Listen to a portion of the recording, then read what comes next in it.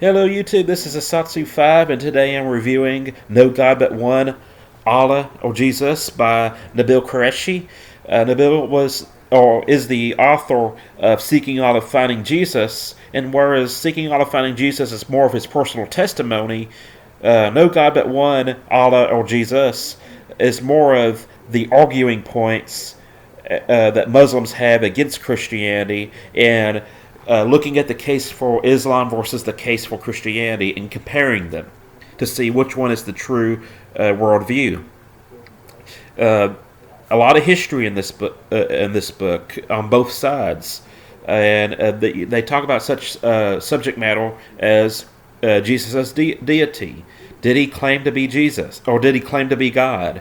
Was he crucified, and did he rise from the dead? So those are kind of the main uh, beliefs in Christianity. And then he talks about the two main beliefs in Islam, the prophethood of Islam, and I didn't intend to do that, but it's facing me. But the prophethood of Islam and the inspiration and preservation of the Quran. And he also talks about the First Crusades. There's a lot of misinformation about the First Crusades, and it is relevant, but and it's good information to know, and it does play a part of the book. But that's not the main subject matter of this book. It's basically the did Jesus claim to be God? Did Jesus crucified, and did he rise from the dead? Versus Muhammad being the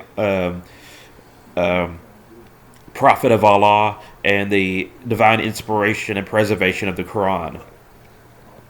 And this book, I tried from this video several times because I want to make it as short as possible with getting the most information as possible in the review. This book tugged on some heartstrings because of some of the stories that were involved. It's amazing. I've only read 2 books from this author, and both books elicited an emotional response. One book, I was literally crying, and the other one had me tearing up. One book had me, the first book had me both laughing and crying. This book was a little bit more serious, and which both books were serious, but this one didn't have much comedy in it. But just a very powerful book. Very highly recommended by me. I think this book was mostly written to curious Muslims who are curious about Christianity. But it's a good book for any person who's curious about the subject matter, about theology and soteriology on both parts. They talk about, or Nabeel talks about in Christian soteriology, when you accept Jesus, you're saved. And that's very strange to a Muslim. A Muslim would often say, well, if you're saved just by accepting Jesus, then why are you motivated to do good things? Why go out of your way to do something good if you're already saved? Because keep in mind that Islam is a works-based religion. You have to do more good deeds than bad deeds. And if you do more good deeds than bad deeds, you get to go to heaven. So, and he talks about this. He talks about the scientific flaws with the Quran, that they claim to have scientific insight in there. So it's just an awesome book. If you're a Christian and you want to know some of the main beliefs of Islam without reading the whole entire Quran and the Hadiths, it's a good book for you. If you're a Muslim and you want to know what Christians believe in and why is it like that, is a good book for you. And if you're an atheist and you want to know why Christians and Muslims, what they believe in, if they both claim to have Jesus, but obviously they both don't have Jesus. Islam has a Jesus that they call the Messiah, but it's a warped view of Jesus.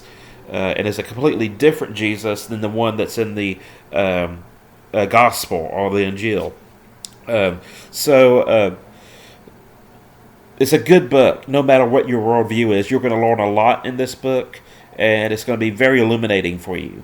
So, they talk about terrorism and And then there was the comparison between jihad and terrorism and the Crusades. And they talk about the misinformation about the Crusades, especially the First Crusades. Uh, Keep in mind that Muslims conquered two-thirds of the Christian world before the Crusades started. And so the First Crusades were a response to jihad. But I'm not going to give away the whole book. This is an awesome book, and I highly recommend it. I recommend both books, Seeking All to Finding Jesus and No God But One. They complement each other. They really do. And they have a lot of the same people in the book. You have David Wood, Nabeel, Shabir Ali. There's some other ones in there that I can't remember their full name or their name in general. I know Mike is in there, but I can't remember his last name. But they complement each other.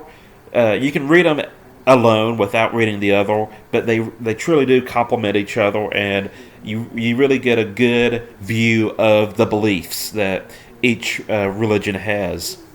And so, if you want to know what Muslims believe in, and you don't want to read the Quran and the Hadiths, if you want to know what Christians believe in, and you don't want to read the Bible, this is a very good concentrated bullet point. And when I say bullet point, this book isn't written in bullet points, but it's a very good concentrated, synopsis of what both worldviews believe.